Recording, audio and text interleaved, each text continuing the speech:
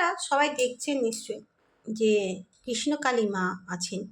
সেই কৃষ্ণকালী মায়ের যে বর্ধমানে তার সেবিকা মঙ্গলাদি, উনি খুব পরেশান আছেন, উনি খুব কষ্টে আছেন।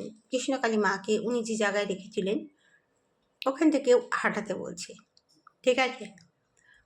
তো মায়ের মন্দির কোথাও গেলেও ওখান থেকে হাঁটাবার নিয়ম নেই, ঠিক আছে।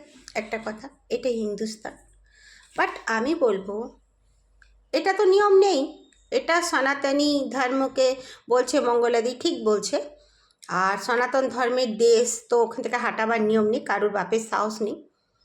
বাট মঙ্গলাদি, তোমাকেও একটা কোশ্চেন করি আমি।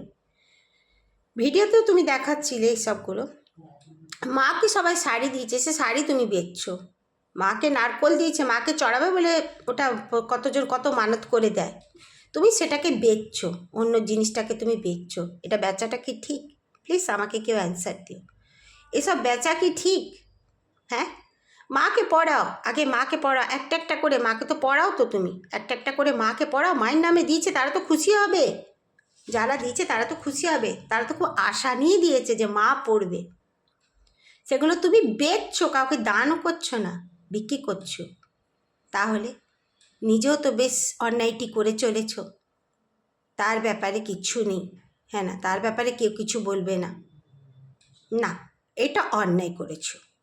মায়ের নামে দেয়া, মায়ের চরণে দেয়া সেসব জিনিস লোককে বিক্রি করা, এটা মহাপাপের পথে যায়।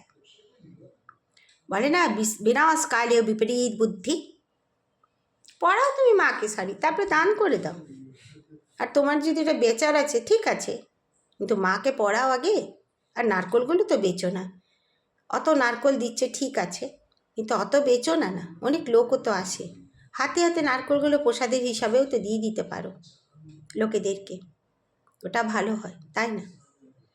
মাকে মন্দির বানাবে, মাকে তোমরা মন্দির বানাবে, বসাবে, ওটা ব্যবসার রূপে করো না। ওটা ব্যবসাতে পরিণত হলে তখন তার ধোঁয়াশাই হবে।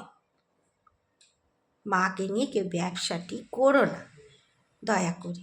মন্দির বানাচ্ছ, লোক আসছে, ভালো হচ্ছে, মানত পুরো হচ্ছে, সব বুঝলাম, সব দেখলাম, বাট এভাবে ব্যবসাতে নেবে পড়ো না মাকে নিয়ে। যেও ব্যবসাতে নেবে পড়বে, তার এই মাদেরকে নিয়ে তাদের বিনাশ হয়। মায়ের মতামত তো মা বলে না যে আমাকে এইটা কর, এইটা দে, সেইটা কর, সেইটা দে। মা তো সে কথা তো বলে না, না। মা তো ধীর স্থির হয়ে বসে আছে নাকি? মায়ের জিনিস এভাবে লোককে বিক্রি করাটা অন্যায়। জানি অনেক বড় বড় মন্দিরে করে, জানি, আমি দেখেওছি, নাম নিচ্ছি না, কিন্তু করা কি উচিত? তুমি তো একটা সেবিকা, আর তুমি তো মাকে ভালোবাসো, তুমি তো নিজেই বলেছো, নিজেই বলো, তাহলে মায়ের দেওয়া জিনিসগুলো এভাবে বেচাবেচি করা কি উচিত হয়েছে কারোরও উচিত না।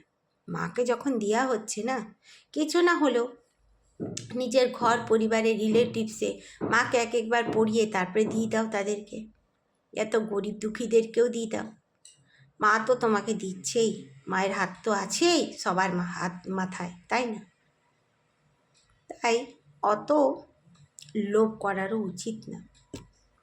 হ্যাঁ, যদি একদম কিছু থাকতো না, খুব কষ্টে আছে মানুষটা, সেই যদি বিক্রি করছে তার বাচ্চাদের পড়াশোনার জন্যে, তাদের ঘর চলছে না, আহার জুটছে না, তারা যদি করলো তবু একবার বোঝা যায় যে আহা কি করবে, মাকে পুজো পাশা করছে, হয়ে উঠছে না, পাচ্ছে তো ওগুলো বেচে দিচ্ছে, ঠিক আছে। তো মা যখন ভরে ভরে দিয়ে দিয়েছে, নিজের ঘরের ভাড়াও দিতে হয় না, হ্যাঁ না, সে মানুষ, যার মানুষের বেশি লোকও নেই, খাবার 3টি লোক ঘরে, সেই মানুষকে একটুখানি এত লোভ করার উচিত না।